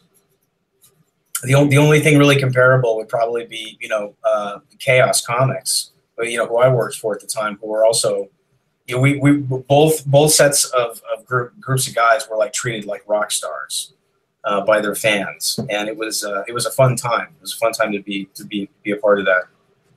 But Image was like, they changed everything. Yeah, and there's that huge, like, it was the smaller mentality, the like, we're gonna just be the badasses of the industry. Well, and also it was we're gonna keep all the money. You know, we do all the work. We're responsible for all this stuff. We're going to own our own characters. We're going to be able to control them. We're going to be able to license and merchandise them. We're going to be able to do all the things that, you know, we weren't able to do at Marvel and DC because they owned everything. So in that sense, it was revolutionary, and it's similar to kind of what's going on today, just in a different way with Jawbreakers and Cyberfrog, and I'm hoping Red Rooster and Ravage, and what's the there's a bunch of them that are all doing really well, and that's exciting to see. And these are all creator owned, and all of these artists and these creators are going to end up reaping the rewards, which is the way it should be. Yeah, exactly, and that's a nice thing for the creators of the story and the, you know, art and everything, instead of it being, oh, well, you know, under copyright, we hold your, you know, information and all that shit. Yeah, I mean, you know, you don't want your artists starving, you know, because you know, ultimately, from a creative standpoint, you want people focused on the work. You don't want them worrying about paying rent or you know, or where they're counting quarters and going down to Taco Bell. You know, that sucks. So everybody's been there at one point in time in their career, and you never want to go back there. But those are huge distractions. So it's like, you know, if you can get to a point when you can just focus on the creative, that's ultimately when you're going to do your best work. So yeah, you don't want your artists, your artists and your creators starving. That's no good. Yeah, and you guys need to talk Zach into doing some little characters or some, like, you know, toys for it after the fact, because I mean, you guys probably would sell them, you know. Dude, that guy that does the Jawbreakers toys, John, have you seen those toys that dude did? He did Silkworm and Knife Hand. Were they real toys or no? It was illustrated, but they're in the package. But yeah, dude, those are amazing. The Knife Hand. Yeah, I remember that one. Yep.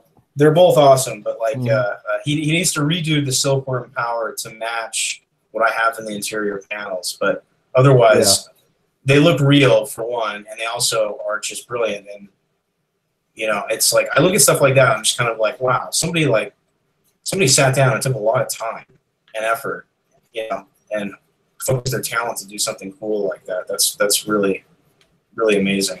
And this is what they're talking about, by the way. This yeah, he's got one that's like a GIF, which turns the hands glow. Yeah, that's the one. Yeah, that guy is pretty damn talented, man. To put that, even just, you know, to pay. Dude, look at that. Even that logo. I love that logo, which has kind of got a sort of an '80s cartoon kind of look. Like I want that on a T-shirt. That would be a bitchin' on a T-shirt. The logo. Yeah, just the logo. But he's got kind of the G.I. Joe background, kind of the textural fire. Yeah. You know, beautiful. The Splatto logo in the corner. Yeah, and you know, and it's like, so it's the, you know, it's the toys that we, you know, John and I largely grew up with, and kind of that packaging and everything, which hasn't changed that much really. But I grew up with the G.I. Joe stuff and 3/4 inch, right? The 3/4 inch. Yeah, if I think he's already mentioned something about doing some toys, and I think I think what he was saying was he was going to do if he did it, it would be an individual Indiegogo fundraiser type deal. Yeah, it's expensive. You know, it's the prototype's expensive, and then finding somebody to replicate your prototype, because you know, we did this with Thump, where we had the book, and then the book was successful, and then we wanted to do the plush toy, so we worked with like 2 or 3 different companies to make prototypes, and third company was the Charm, because we ended up with a really good one. And you know, but it's man, that's like a full-time job doing merchandising. Oh yeah, like that. Yeah, because we ran everything. through an Etsy store, Thump Tower gift shop. And I was doing that like around the first of the year after Thump came out. And we sold probably like at least 300 or 400 plush toys. Easy. But people love that stuff, you know? You know, when it comes down to it, it's like merch is still something that people love. To own something else, you know. Yeah. And throw is for the collectors. And speaking of merchandise, you can get a Jawbreakers t-shirt on Crypto Fashion. There you go. Just look for Mortal Enemy and then click on that, and then it'll take you to a $25 t-shirt. Well, how does that work? That site? I send them a high-res file, and they take care of the rest. So I don't know business-wise what all they do. I get a percentage of the sales, and they ship it and take the orders and do all that. Yep. So they cover all the cost side of it. It's kind of like how Teespring does and everything like that. It's print on demand. Yeah. Yeah, that's cool. Instead of having to, you know, worry about whether or not you're going to be able to sell if you buy, you know, 1,000 shirts. Yeah, dude. I mean, my second bedroom became Thump Tower gift shop. I mean, I had, you know, when you have 200 bunnies show up on your doorstep, you know, they got to go somewhere. And you have no idea. I mean, they take up a lot of room. It's insane. And then just for anyone in here who hasn't jumped on it yet, the book is, I linked it in the stream chat. Check it out. It's you can see some of the art that these two guys have done on it, and it's fucking phenomenal. I would assume most of you have probably either checked it out since you're fans of theirs. But it's something you don't want to miss out on, because you guys are doing a different cover once it goes into publication, right? Yeah. Yep. This cover on here is exclusive to the Indiegogo, and it's an Ethan Van Sciver cover. Really? Oh, so Van Sciver did the cover for you guys. Mm-hmm. That's yeah, awesome. for our Indiegogo. Yep. Nice. Yeah, the published version after the Indiegogo is fulfilled will have a different cover, and you know, I'm not exactly sure what Richard's decided. Last time I talked to him, we were talking about, you know, maybe using the page 1 as the cover, but I think that's still up in the air. So we'll see. You go the route of the good old Doomsday Clock and those other books. It's, you know, it's a gorgeous image. It really is. That first page is yeah. You know, everyone thinks it's the cover anyways. They do, and it's not set up. You know, it doesn't really function as a cover in the sense that you know whatever title is going to cover up the kaiju, but in it really doesn't matter ultimately, because the focal point is the team, and actually it would work. I mean, you could probably the only person who's going to be cutting it a little bit close is Devil Dog, but I can't imagine it would be. You know, it's going to crop fine.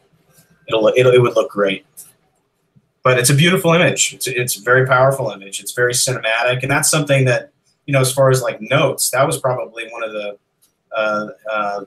most helpful notes I got from John was in the beginning. Was I did more of kind of a straight comic booky kind of look to the original version, and John said, "Hey, you know, tone down the blue on the kaiju, pull in some green, throw in some sparks, make it more cinematic," which is ultimately what I like to do anyway, but I wasn't quite sure tonally what Richard wanted.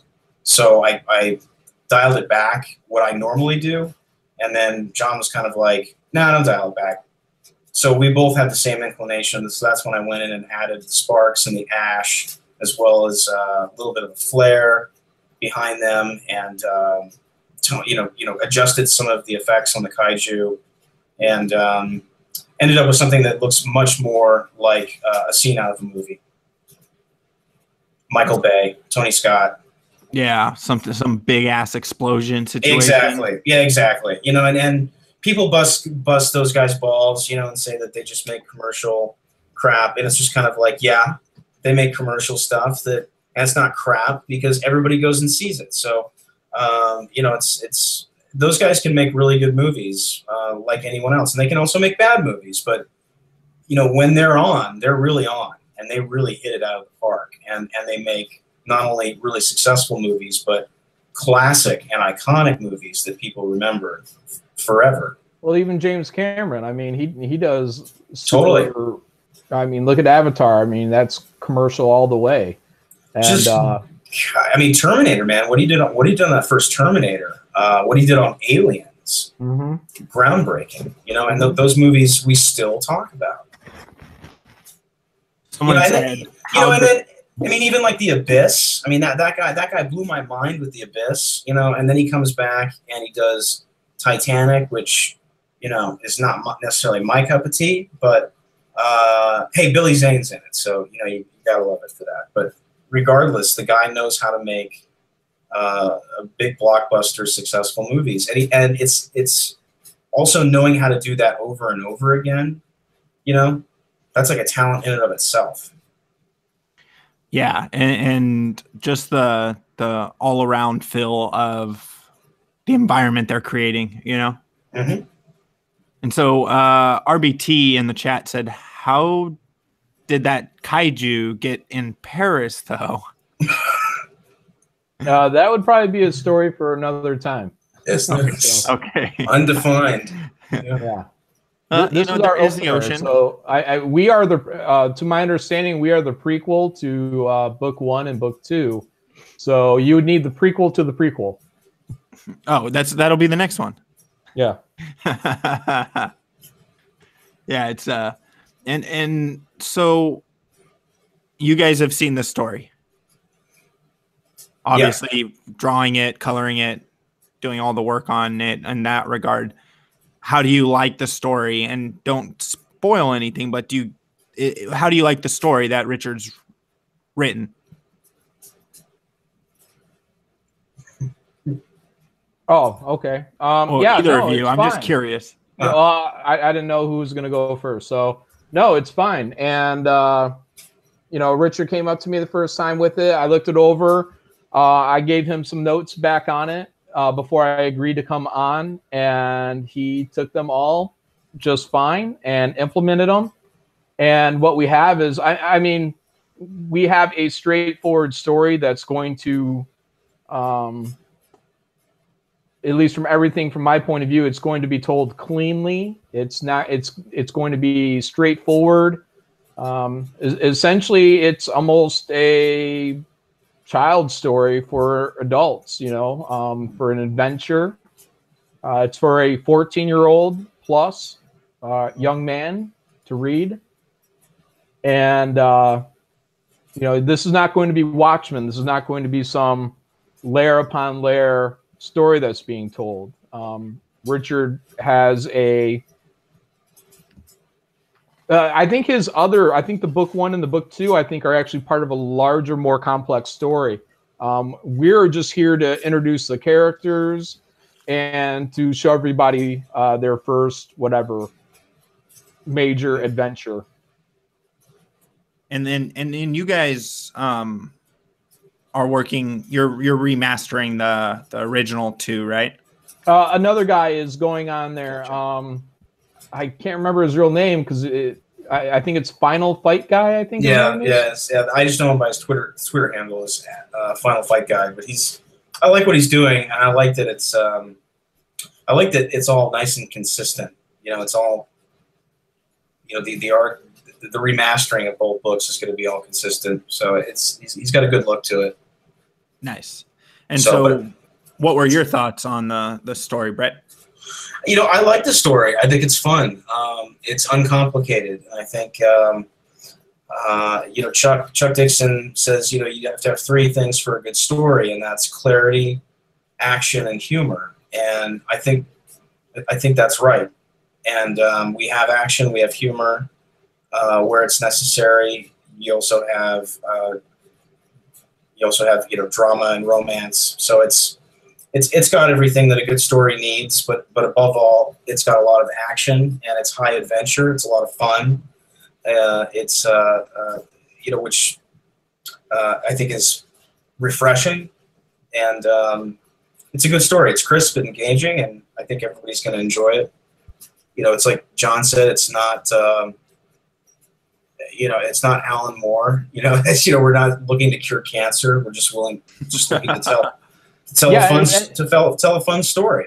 And for all the controversy that's gone around this book, for anybody who might think that it's something in the interiors, it's not. It's completely apolitical book. There's nothing in here that's out there to brainwash anybody or make anybody feel bad about themselves or anyone else. This is a straightforward superhero adventure story. And I think everyone will find enjoyment out of it. So Richard, how he worked was, I think he actually laid this out on postcards and gave me just kind of brief descriptions of what each page would be. And then I was able to lay that out panel-wise, however I wanted to do that. And so the full script, which is where it really is going to matter, has yet to be written. The actual words, I believe Richard said he wants to self-letter and then I think hand it off to a professional letterer, which I think is the best idea. If he does decide to self-letter, then hopefully he'll have good advisors along with him. Because I just don't know if myself or Brett will be involved much in that process. I hope that we are, and I definitely hope to help guide any dialogue errors or any kind of technical things that may or may not happen when he goes into scripting it. He has said that he'll probably have several people looking over the dialogue and just trying to bring in as much opinions and advice. And, I think that's really a good a trait about Richard that I do like is he's very capable of removing his ego for the product to be as good as it can be. And that goes right down to the script. When he's writing it, he wants several people to look at it privately and tell him, what can I do better? So. Yeah, I agree. I think that's Richard's not precious, or at least super precious about this stuff. He's open to suggestion and also has allowed me to do largely whatever I want, which has been fun. Which is great when you have that kind of trust from somebody you're working with. But I've appreciated being able to contribute to this project more than just coloring. For one, I believe in the project, and I want to see it succeed because it's a great project, and this is a great title, it's a great team, it's great characters, and I want to see it succeed so we can do another one, as soon as possible. Yeah, well, and I think it's been in essence a success for where it's coming from, right, so far. And as long as the story and everything carries with it, I see you guys doing another one because you have a fan base that is very passionate about it. And once it gets into people's hands in the bookstore and elsewhere, it'll only lead to more fans who maybe don't play the Twitter game or follow the internet garbage, And there's probably a lot of people out there who follow what's going on but just don't engage. It's kind of like the silent Trump supporters out there. There's a lot of people out there that don't want to put a MAGA sticker on their car because they don't want to get it keyed. Or they don't wear the MAGA hat because they don't want to get into it with somebody or get it knocked off their head or draw attention to them. And I'm sure there's a lot of people in social media who follow Comicsgate, but and probably agree with all of us and on our side. But for whatever reason, their career or whatever, they just don't engage. Yeah, it's covering your ass because of the surrounding issues that lay at hand and stuff like that. And I understand that. I'm not saying anything against those people. I appreciate their support either way. Yeah, and that's the nice thing. And even like my local store, he's like, I don't know if I'll stock it because I don't know how much to order because I don't, it's kind of, what it is. It's an indie book. but I'm not going to keep from ordering it. Of course not. Which is the mentality that, you guys have been fighting against, is the fact that Richard pissed some people off by being opinionated. You guys have your stances and people have held it against you. And for them to push this mindset of, well, I'm not even going to fucking order it. Do you not like money? Do you not like money? Because if you order the book and it costs, let's say, $10 for the store to get, and you can sell it for $20 because it's a graphic novel, are you fucking stupid? Yeah, they are. That's it. It's exactly it. We're not gonna support this because there's some shitty people under a hashtag who associate this book to that hashtag. Who gives a fuck? Well, and it's a story. Very vocal minority of people. So I know it's easy to get caught up in the daily Twitter carnage. Oh yeah. And it's the humiliations are on a daily basis are spectacular. And there hasn't been a whole lot necessarily pointed at Jawbreakers. There's still largely pretty much a blackout, other than people who are friendly to us who have reported on it. But I don't see a whole lot of people focusing on it like they have been. But at the same time, there's still obviously a lot of haters out there. But when you have Wade get basically banned off of social media by his company, I know how long is he going to be grounded for? I wonder. Is it forever? Does he just like, you're grounded forever? And he's like, no. I can see Mark like crying, But yeah, it's virtue signal. It's crazy. It's crazy. I mean, I just wonder how long they're going to keep him kind of in the phantom zone, Mark Wade's in the phantom zone. He is. He essentially is. So somebody needs to do a meme. They need to get a shot from Superman 2, of them all inside that plate glass, and put Mark Wade in there. Put that face of him being like, in there. You watch, it'll happen. I'm gonna open up Twitter in 5 minutes, 10 minutes, and somebody will have done it. Yeah, the meme economy, right? Yeah. Honestly, I kind of want to make it, but I don't know if I can. Just insert him into that scene, when they're like, get a G, get a G,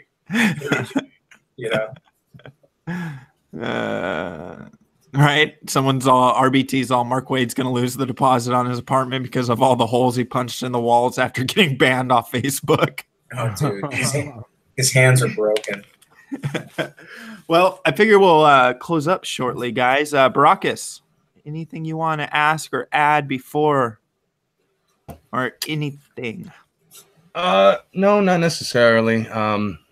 Basically, the creation, I guess you could say, of the latest indie comic stuff that's been going on with Indiegogos and Jawbreakers, Ravage, Cyberfrog, all that stuff.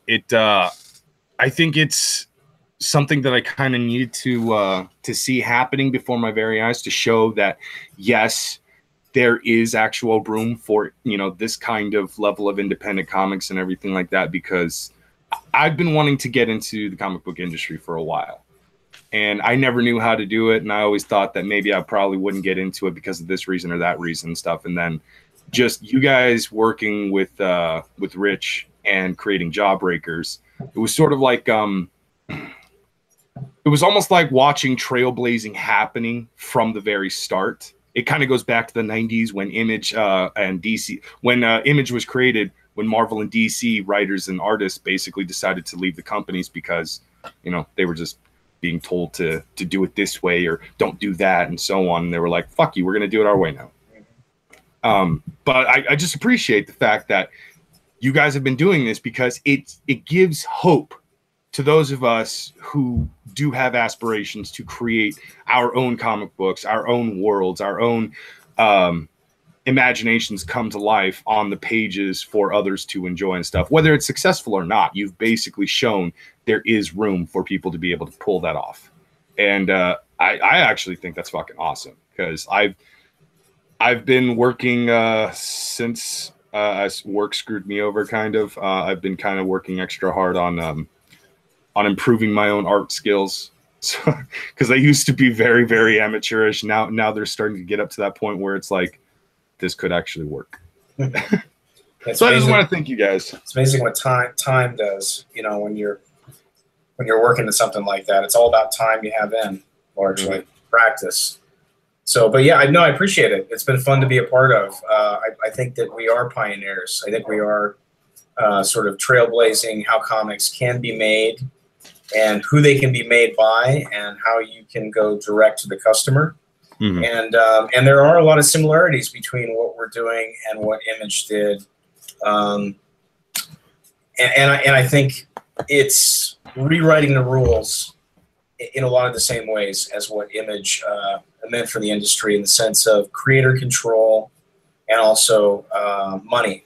You know, creator control, not only what's on the page, but also what goes in your wallet, which is good, because I've said this before. There's too many artists. There's too many really talented people in our business who died penniless and died paupers. You know, there's a lot of people that got out of this business and into advertising for a salary and for healthcare and for benefits, for stability. So it's like, you know, I like to see guys taken care of, and I like to see them successful, and I like to see them making money. So, because ultimately that's what keeps you in the fight. You know, you don't want starving artists, you don't want starving creators, because then they got to go out and get get a job to pay for their rent.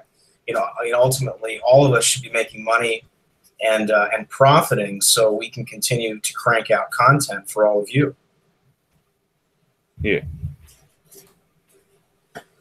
So, and the crowdfund gives us that opportunity, you know, which we didn't really have before. And let me add on to a little bit what you're touching on there. And the important part of all this is really money. And I say that in that nobody really cares about us, and it's the dollar amount that does matter. This is how business is ran. And when you consider the people in the big two, specifically Marvel, and they look at something like Jawbreakers and they laugh. And they laugh because even though we've done $340 some $1,000, I think about now, to them it's a drop in the bucket. But there's a big point that's being missed here. It's not their bucket. The money goes to this campaign. So we all benefit from this campaign. And for all the freelancers that are out there, their eyes are all looking over here. They may not be saying much, but they're sitting here and they're looking and they're all thinking now. Because everything they do for the big two, at the end of the day, yes, they get paid. Maybe they get health insurance, but it's not theirs. They will never own Batman. They will never own Spider-Man, no matter what. So when all the freelancers look over here, and that's from the newest ones coming up to the old ones, all the old guard. The old guard are all about to retire, and now they're looking at this, and they're going to say, this is what I could do in my retirement, is I can start putting out my own property, and I can make money doing it. I don't have to keep going back to the big two well. And the younger freelancers who have no money, who may be working for publishers like Image and seeing no gain from it at all, they're looking at this now. And they're going to be saying, now, not everyone is going to do it. Not everyone is going to be successful. But I think we are looking at the next evolution of comic books. And I think what we're going to have in the next maybe even a couple years, it all depends when everybody's exclusives are running out. But everyone's going to want to dip their toes in this water and see if they can do it in a very big, real way. So you're going to start seeing more YouTube channels popping up, more people marketing themselves properly, hopefully being well to fans. And it's going to change everything, because now we're going to start getting these semi-annual, annual, or whatever speed the artist is going to have, masterworks hopefully coming out. So that's, for me, the big draw. you know, when I buy Jawbreakers, I know that I'm putting everything into it, that the artist is going to put everything into it. The colorist is putting everything into this. And when you buy Cyberfrog, you know Ethan is putting everything he can into that because he wants this to be not just another book that you pulled off that had to be done in, you know, 20 days, 30 days. This is something that matters. So It's all these projects that we do we are trying our damnedest to do our best on them. And then every project after that, we are still trying, at least me, I can't speak for everyone, but that's my goal, is every project after this tops the one before. It has to get better and better and better as we keep going. So, you know, that's the struggle as an artist. And, you know, I'm sure plenty of people feel the same, but this is all new because we have the time. We can give ourselves the time to really do some next level shit. And again, I encourage everybody. I don't care if you use 3D models, if you whatever, collage it, whatever you got to do to make it, man. Just make it cool and do it very well. And if you have to hire people for writing or whatever, hire really good people. Don't just hire okay people, hire really good people. And because at the end of the day, you can get people excited about a project. You can hype up a project. But that lightning in a bottle might just only hit one time. So what you need to do is you need to hold on to as many people as possible. So Jawbreakers, for instance, has about 8,800 backers. So if we can keep 3,000 of those backers as regular customers, we're all going to be doing very well for ourselves. And that's for anybody, anyone who's doing something with image. They would kill for the numbers that we are getting.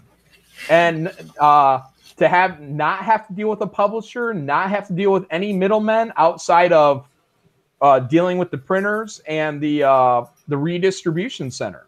So, I mean, this is going to be great. You are going to find really amazing crowdfunders coming up over the next year or two, and even 5 years from now, because everyone's got to wait for their exclusives to go out. And exclusives can run any period of time, but a lot of times you hear the number 3-year exclusive batted out. So, you know, let's see. You know, I want to see really fantastic guys come out and do their own thing and just say fuck all the other publishers. So, and Image will still get these books eventually because people will do the crowdfunders. They will send them to the crowdfunders, and then they will re-release them through a publisher like Image. But bottom line is, it's going to be scraps. The good stuff is going to be on the Indiegogos. The best exclusives, the best, like even Jawbreakers, you know, this is one big comprehensive thing. So get in early. And, you know, when the books come out through other avenues, grab those too if you like the books, absolutely. But for me, it's the crowdfunders. This is where the new industry is going to be at.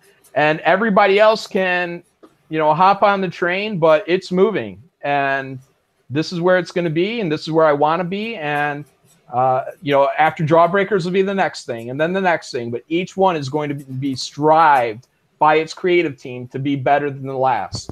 And you can't get that working for a corporation anymore because your creative input is almost zero. Mm-hmm. So, you know, yeah, get excited. Get excited for things like Jawbreakers and Cyberfrog, Red Rooster, and you know, it's gonna change. The whole system is gonna be changing in the next 5 years.